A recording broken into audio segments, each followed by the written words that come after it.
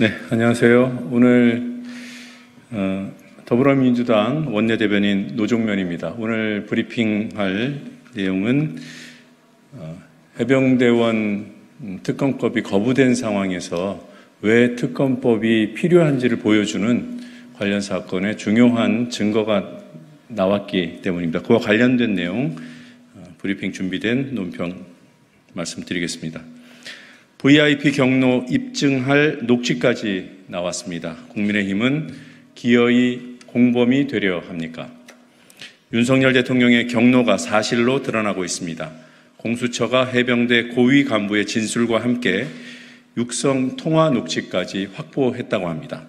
언론 보도에 따르면 해당 녹취에는 VIP 경로에 대한 언급이 담겼습니다.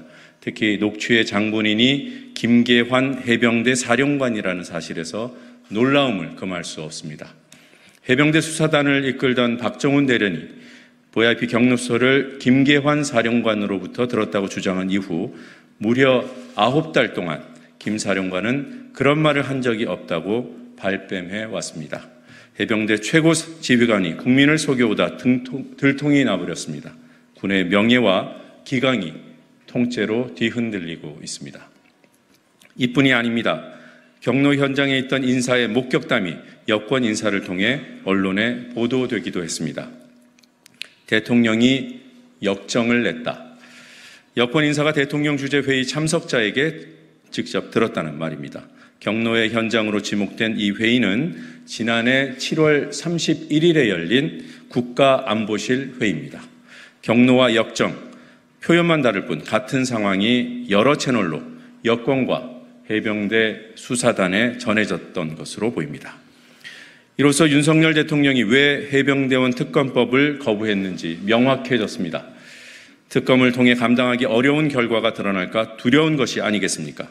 그래서 최근 친윤 중에 친윤으로 조직을 물갈이한 검찰로 사건을 넘기려는 것이 아닙니까?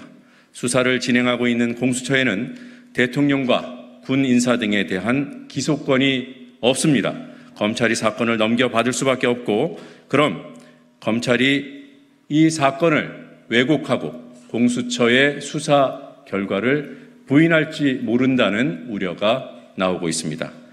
그래서 특검법은 반드시 관철돼야 합니다.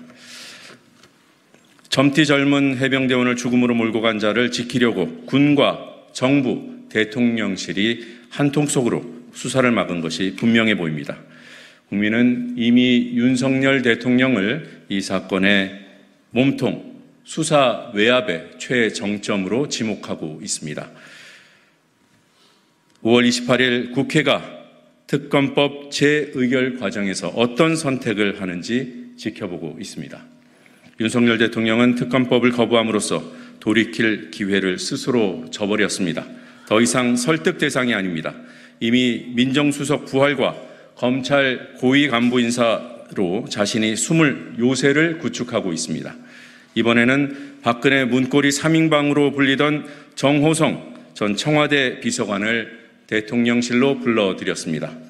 기밀문서를 최순실 씨에게 유출한 국정농단의 주범이요, 윤석열 대통령이 특검 팀장으로 직접 구속 기소했던 인물입니다. 지독한 자기 부정이 아닐 수 없습니다. 국정농단 시즌2가 진행되고 있음을 스스로 인정한 꼴입니다. 이제 국민의힘이 선택할 순간입니다. 대통령처럼 특검법을 거부한다면 공범으로 규정될 수밖에 없습니다. 그럴 경우 당의 존립까지 어려워진다는 우려에 귀를 기울여야 합니다. 특검법 재의결만이 윤석열 대통령의 퇴행, 국정농단을 멈춰 세울 수 있습니다.